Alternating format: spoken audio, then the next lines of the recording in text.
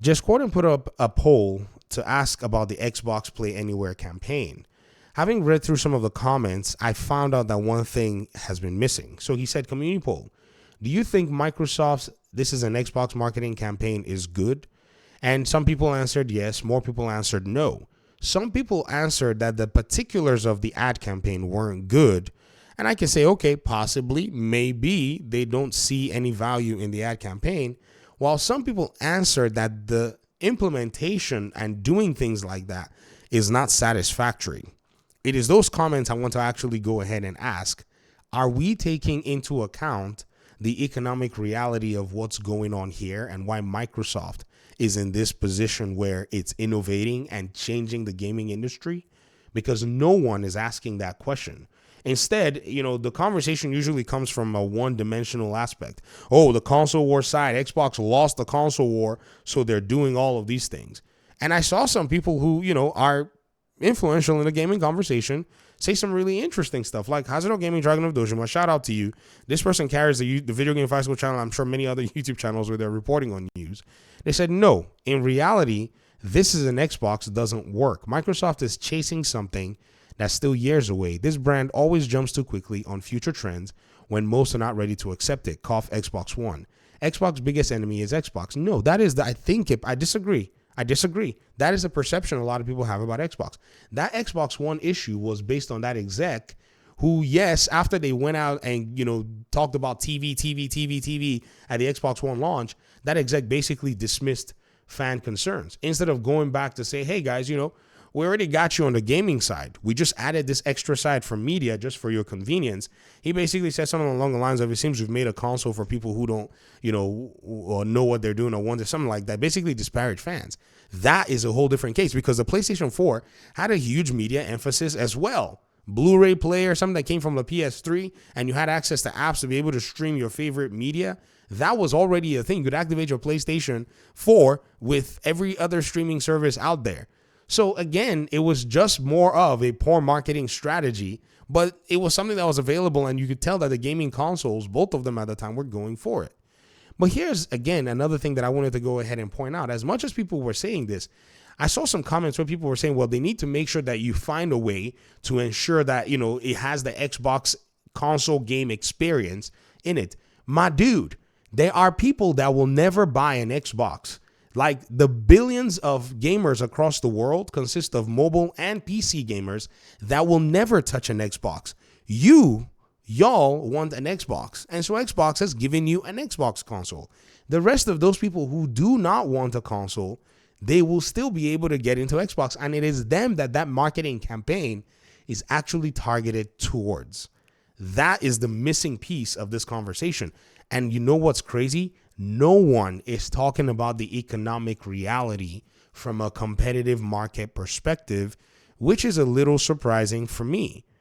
On Competition, a book written by Michael Porter shows you the 5 forces of a competitive market. Basically, the 5 forces that shape industry competition. Microsoft's ecosystem is a threat on many levels. In fact, when you look at the 5 forces, threat of new entrants, they are the guys that are the new guys in this particular paradigm, bringing a service like Game Pass to everyone. No one is doing anything like Game Pass, and Game Pass is basically increasing not only, the competition strain, but also increasing the bargaining power of buyers. That is you and me when a game comes to Game Pass, right? Compared to going to other platforms, our bargaining power as gamers is significantly increased because we have the luxury to say we have access to brand new AAA games at a reduced cost, while you, the other agency, has to pay for that same game. Indiana Jones is a stark example. Call of Duty Black Ops 6, a stark example that anybody anywhere who wants to play those games, they basically now have to spend money to pay in that for the full price. Whereas us, we have the option. Our bargaining power is increased. You got $70 and you look and say, okay, what can I make and what can I play for $70? And you say, well, I'll get a Game Pass subscription and I'll be able to play more games. So if PlayStation and Xbox release the game, and this is going to happen in 2025, hopefully if everything goes well, we get to see gamers go and say, I'll wait for either this one to go on sale, or I'll buy the full $70 price game on PlayStation while I can still play the Xbox games.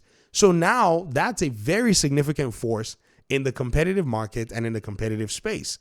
This is something that a lot of people are not talking about, and I'm a little shocked that this is not coming up in the conversation at all. Instead, it's the particulars of, oh yeah, Xbox needs to make sure that the console is a huge piece of it. The trend is way too far ahead.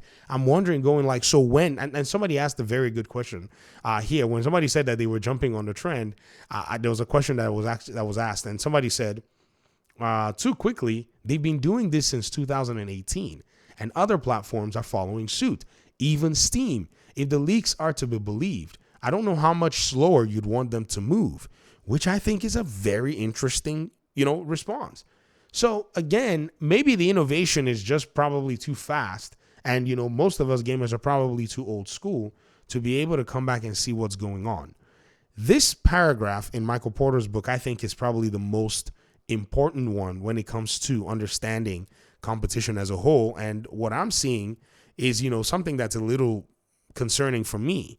It says this: understanding the competitive forces and their underlying causes reveals the roots of an industry's current profitability, while providing a framework for anticipating and influencing competition and profitability over time.